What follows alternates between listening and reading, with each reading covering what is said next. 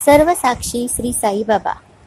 आपल्या इत्थंभूत कृतीच्या कल्पना साईबाबांना असतात. तुम्ही काही पण करा, साईबाबांना तात्काळ समजते. श्री सद्गुरु साईनाथ महाराज की जय. साईबाबांसाठी कोणीही भक्तांनी काही पाठवले तरी ते बाबांना आधीच माहीत व्हायचे आणि ते न विसरता ते मागून घेत असत. फक्त ते प्रेमाने पाठवलेले असावे. असाच एक साईबाबांचा निर्भडा भक्त होता, ज्यासाठी साईस अत्यंत प्रेम दाटून आले. ही गोष्ट ऐकल्याने सर्वांना आनंद होईल. यातून आपल्याला खूप काही शिकायला मिळेल. एक भक्त श्रेष्ठ रामचंद्र आत्माराम तरखड यांची ही गोष्ट आहे. यांच्या घरी साईबाबांची मोठी प्रतिमा आहे.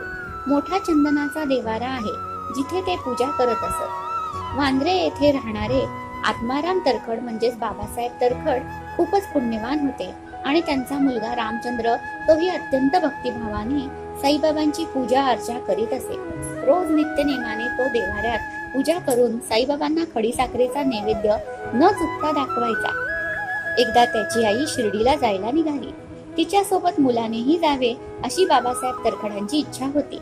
परंतु आपल्या पश्चात साईबाबांची रोज पूजा नैवेद्य कोण करणार असे मुलाला वाटले. तेव्हा बाबासाहेबांनी त्याला आश्वासन दिले की तू काहीही चिंता करू नकोस, मी सर्व काही करेन. तेव्हाच तो मुलगा आई बरोबर शिर्डीला जायला निघाला. बाबासाहेब तरखडांनी पहिल्याच दिवशी साईबाबांच्या फोटो समोर सांगितले की बाबा, माझ्याकडून तुमची पूजा करून घ्या, फक्त कवायत करून घेऊ नका. असे म्हणून ते साईबाबांना शरण गेले. बाबासाहेब तरखड हे एका मोठ्या गिरणीवर अधिकारी होते. त्यासाठी त्यांना सकाळी लवकर उठून जावे लागत होते. सकाळी लवकर उठून देवपूजा करून नैवेद्य दाखवून ते रोज गिरणीवर जात असत आणि रोज दुपारी घरी जेवायला आल्यावर देवाला दाखवायचा नैवेद्य ताटात घ्यायचे. एके दिवशी ते सकाळी गडबडीत नैवेद्य दाखवायला विसरले. जेवायला बसल्यावर त्यांच्या ते लक्षात आले आणि त्यांना अत्यंत वाईट वाटले. त्यांना एकदम घरीवरून आले आणि त्यांनी साईबाबांच्या फोटो समोर रडून साईबाबांची क्षमा मागितली आणि त्यांच्या मुलाला शिर्डीला याविषयीचे पत्र लिहून क्षमा मागण्यास सांगितले.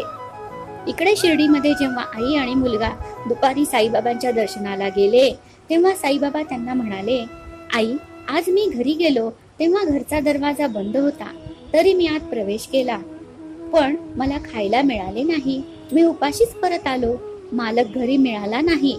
भर दुपारी मी अन्नाशिवाय परत आलो. आई, हे ऐकून मुलाला कळून चुकले की बहुधा आपले वडील नैवेद्य दाखवायला विसरले आहेत.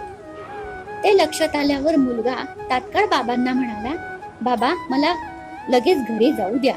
परंतु बाबांनी त्याला न जाऊ देता तिथेच पूजा करण्यास सांगितलं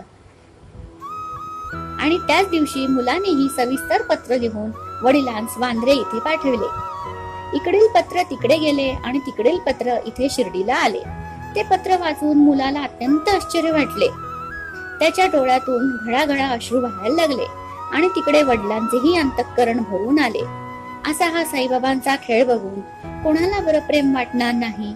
असा कोण पाषाण असेल ज्याचे हृदय द्रवणार नाही?